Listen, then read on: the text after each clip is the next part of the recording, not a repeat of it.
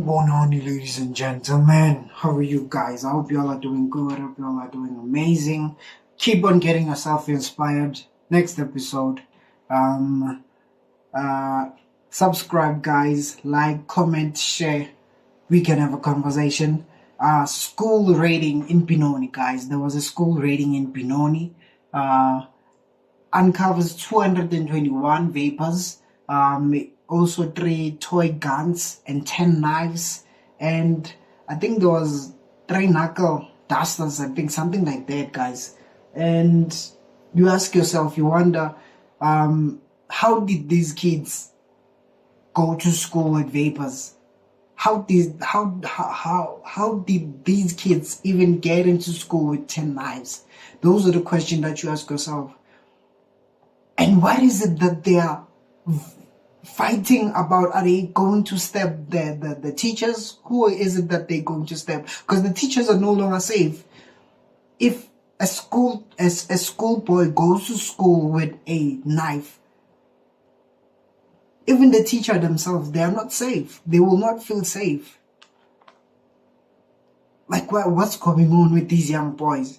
What's happening with these? And the mental is so really messed up. The mental is really messed up because of the minute anything happens, bah, it's war.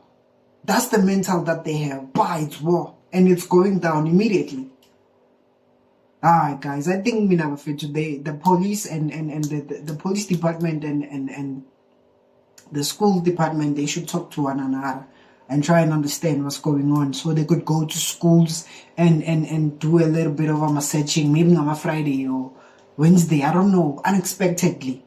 You understand? So kids could and like the school premises can be safe and secured. Yes, guys. Yes, shout out to Open Chats, by the way, guys. Shout out to Open Chats. Amazing chats that these guys are having. This Monday they had in a beautiful conversations touching on about absent fathers and so on and so forth. So the absent fathers conversation really was wow, because there was a question that was drawn in, and they questioned Uguti, would you rather be a killer just so you could take care of your child, or would you rather be an absent father? And some of the guys, they said absent fathers. Yeah, real operators who are watching there, they know what I'm talking about. They say they'd rather be. And when it comes to me personally, I think, guys, I think me, in fact, not as us, all of us, no. Me personally, I think that I would rather become a killer. Yeah, I know I'd rather become a killer and take care of my responsibility. Yeah, I know the sinning and everything, we will discuss it with God. If God doesn't accept me, we are child, guys. And I know I'm not the only one who would take it like this, Katla. I'm just kidding. I'm just kidding, guys. I'm just kidding. No. But we know that in South Africa there are people who are living like this. There are people who are living their lives based on this type of lifestyle, which, like, I have to provide for my kids, so this is the type of job that I will take. I'm not going to specify what type of who are they, but we all know in South Africa the type that you know. So me personally, that's what I would rather choose, just so I could take care of my responsibility. Yeah, no, that's just so I could take care of my responsibility, guys. And it goes along with, truly speaking, this goes along with advantage of having a present dad. As let me talk about dads. Advantage as a kid and a dad. Let me talk about, it goes along with advantages of having a dad, a present dad, and disadvantages of having a non-existing dad. Not necessarily non-existing, but a dad that is not present. Let me put it that in that sense. Yes, let me put it in that sense. The advantages of having a present dad, obviously you are going to get taught a lot as a boy child, you know, and As a girl child, there are some things that obviously you will love and like, but as a boy child, there are some things that you're going to get taught, how to be a man, how to face the world, how to those challenges. There are some men that have grown up with their fathers, and they tell us some of them, and of which they are coming from the privilege point of life. I don't know, but their fathers were shop owners. Their fathers were obviously working in good spaces, and they led by example. The fathers led by example, and the boy saw and understood this is how a man should live. And then the disadvantage of the parent not being home, or the parent not being around most of the time. Maybe I don't know. The disadvantage probably it's because of they are not reprimanding you too much as a boy child. Even if you do get reprimanded, your mother shouts at you too much, and you end up taking the traits of being a woman, some female traits, such as you end up cooking, you end up cleaning the house. Those are the things that they teach you. And as a boy child, it's okay. It's all right. It's okay. It's okay. But in the world of men, nah. Men don't care about your feelings, because of when you growing up in a family whereby there is no father, the thing that you tend to take the most, it's the female sides of life, of how they do things. The females, how they do things. You understand? Yeah, that's what's up. That's the thing. So those are the disadvantages and advantages of having a parent who is present. And even further, of course, it's not the things that I just spoke about. No, they don't just end up here. They don't. So I mean, I'd rather, just so I could take up my responsibility, guys. That's what I'd rather do. And another thing that it's not seemingly to make sense in South Africa, it's this thing here. Yeah, unemployment youth, guys. No, man. This thing, unemployment youth, guys, it's not really making sense, because 62.4% of the unemployment, right? And then in 2025, in Q2, figure in key statistics, there is a unemployment youth which is totally of 4.9 million, right? The total youth unemployment, which is 4.9 million, and then there's youth employment including education and training. You understand? The education and training parts of these, also companies that were taking youth, that are training them and all that. So it's 8.9 million people who are employed, young people who are employed. The stats don't make sense, guys. Or maybe they do make sense. It's just that maybe, guys, I don't know. Because truly speaking, guys, like, because it's like the 8.9, it's making the 4.9 to look bad, or the 4.9 to look, for the 8.9 to actually look good. I don't know, guys. You can also do your research now, guys, because the youth unemployment is really, it just doesn't make sense, guys. It really doesn't make sense. And also, speaking of, as I had announced, as I had said, shout out to Open Chats, they even spoke about this thing, Charlie Kirk, and they spoke about the agenda that he was pushing. RIP to the guy, may his family and everything, in fact, sending condolences. Yes, condolences. I don't know, you correct me, guys. they spoke about the agenda that he was pushing. The agenda that he was pushing, it was very wrong. It was bad. But the agenda was really, really bad, to a point whereby, like,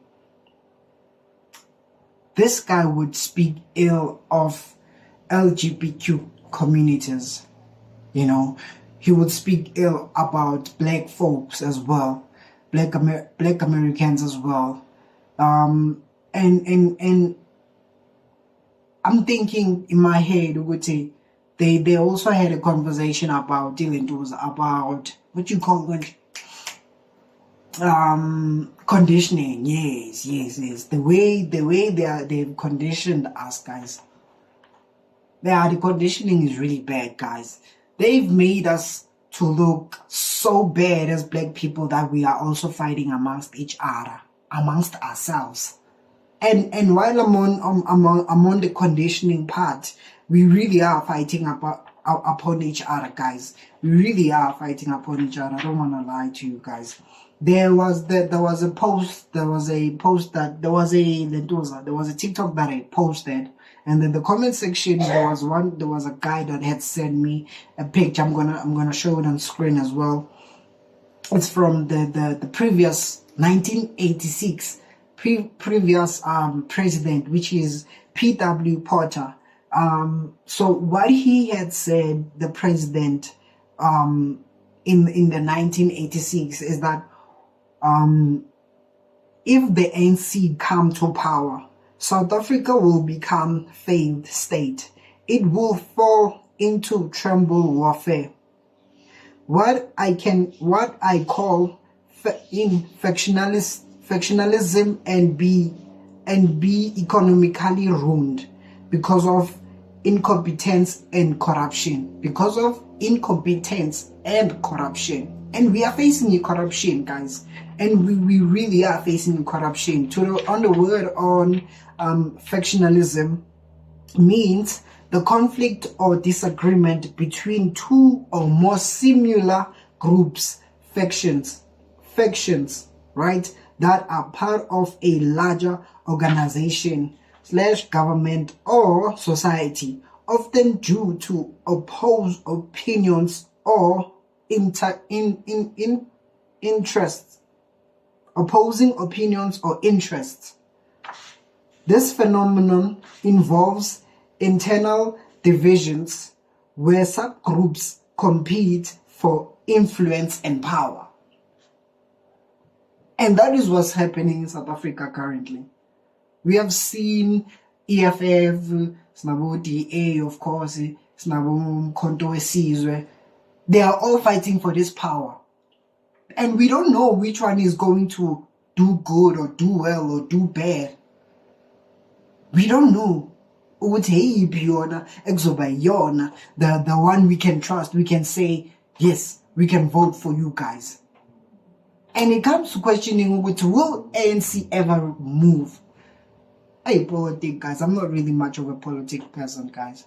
I'm going to obviously show a disclaimer there. But will ANC ever move from the chair? Or they will continue to doing what they do best?